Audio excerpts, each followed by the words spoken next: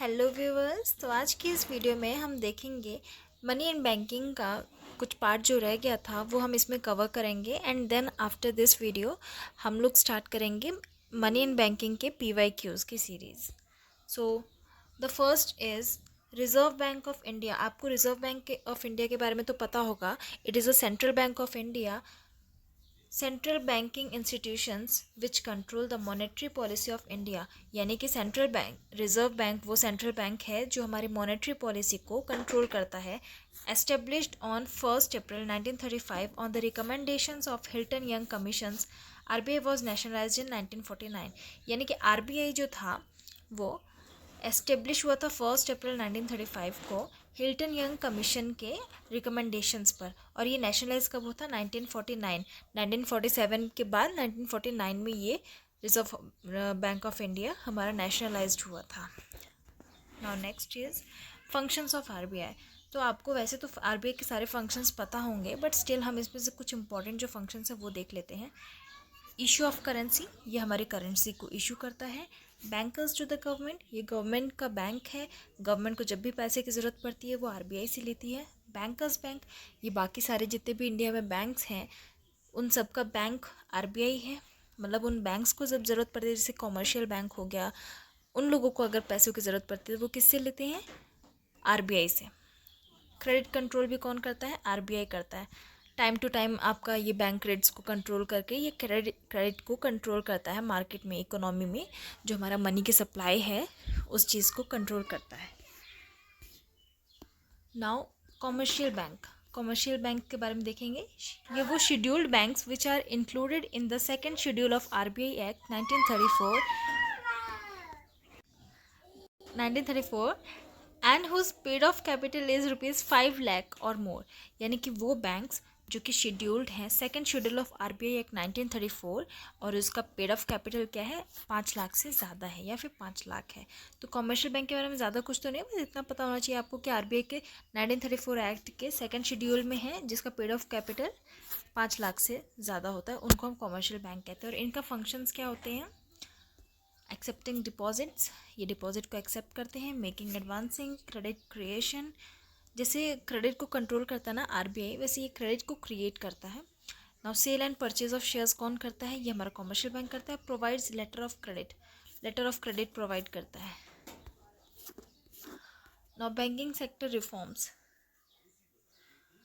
Letter of credit, जैसे कोई भी बैंक या कोई इंस्टीट्यूशन किसी से लोन वगैरह लेता है, बोरो करता है, देन उसको रिमेंबरिंग के लिए एक लेटर ऑफ क्रेडिट इशू किया जाता है। Now banking sector reforms. Banking sector में कौन कौन सी रिफॉर्म्स आए हैं? Narasimha committee had brought banking sector reforms. Banking sector reform को कौन लेके आया था? नरसिम्हा कमेटी। ये सेकेंड फेज़, 2 फेजेस में थी। पहला फेज़ जो था 91 में आया था, 98 में। एक्चुअली ये जो आपका है ये शॉर्ट नोट्स के तौर पर है आपका, ये पूरी फुल लैंग्वेज में नहीं है कि जैसे आपका बुक्स वगैरह में लिखा रहता है। ये मेरे खुद के नोट्स वगैरह हैं जो मैंने शॉर्ट टर्म में लिखे हुए हैं, काफ़ी कम शब्दों में, सिंपल शब्दों में आप लोगों के लिए मैं प्रोवाइड कर रही हूँ। जो बैंकिंग सेक्टर रिफॉर्म है ये नरसिम्हा कमेटी लाई थी, और ये जो था वो 2 फेजेस में था। पहला फेज़ था 91, दूसरा फेज़ है 98। और इसका मेन एम क्या था? Main aim was to improve the banking sector and change the bank rate. Banking sector को इम्प्रूव करना और जो बैंक रेट है उसको चेंज करना नरसिम्हा कमेटी लेके आई थी। बैंकिंग सेक्टर रिफॉर्म्स 2 फेजेस में था, ठीक है। नाउ मेन प्रोविजंस क्या क्या थे इसके? Reduces SLR and CRR। SLR और CRR को रिड्यूस करना। Dual control of banking system. Ministry of finance and RBI to abolished. Should have 4 tier banking system. इनके अकॉर्डिंग 4 टायर में बैंकिंग सिस्टम होना चाहिए। पहला क्या है? 3 से 4 इंटरनेशनल बैंक्स होने चाहिए, फिर 8 से 10 नेशनल बैंक होने चाहिए, फिर रीजनल बैंक होने चाहिए, और फिर रूरल बैंक्स होने चाहिए। जो 4 टायर में होनी चाहिए banking commission. Now measures of money supply. हमारी जो मार्केट में मनी सप्लाई है इसके मेजर्स क्या क्या हैं?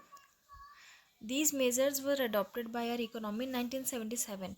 जो ये इकोनॉमी है वो हमारे जो ये मनी सप्लाई है, मेजर्स हैं इनके, ये हमारी इकोनॉमी में 1977 में अडॉप्ट किए गए थे। जिसमें से पहला है M1, C+DD plus other deposit. यानी कि M1 में क्या आता है? Currency plus demand deposit plus other deposit. M2 जिसमें आपका है M1 यानी कि currency plus demand deposit plus other deposit, ये पूरा M1 plus saving with post office, post office में जो भी सेविंग्स हैं वो आपका M2 में आ जाता है। नाउ M3 में क्या है, M1 प्लस TD, M1 में क्या, currency plus demand deposit plus other deposit plus TD। Now M4, M3 जो भी M3 में ये है पूरा plus post office savings, post office से जो भी सेविंग है। ना आपको ये पता होगा कि जो M1 है उसको हम नैरो डेफिनेशन भी बोलते हैं, narrow definition of bank, narrow definition of money, और M4 जो है वो ब्रॉड डेफिनेशन है।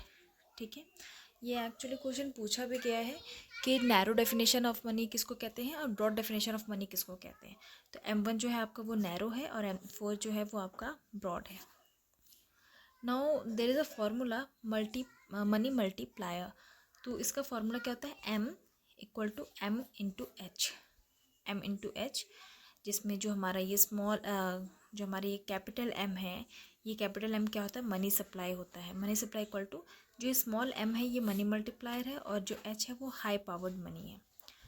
ये फॉर्मूला जो है क्वेश्चन सॉल्व करने के लिए, एप्लीकेशन बेस्ड क्वेश्चन आते हैं तो उसमें काम देता है। नाउ जो ये m है यानी कि आपका मनी सप्लाई है, उसमें क्या है, C currency plus demand deposit, और जो ये H है आपका हाई पावर्ड मनी जिसमें है करेंसी प्लस रिजर्व जितने भी हैं।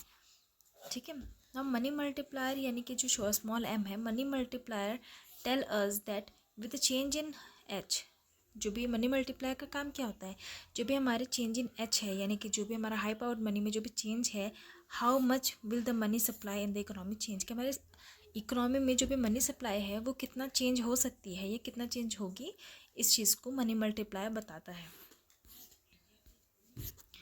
Now that's it.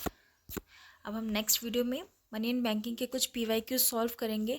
I hope आप लोग को ये वीडियो अच्छी लगी होगी। Thank you.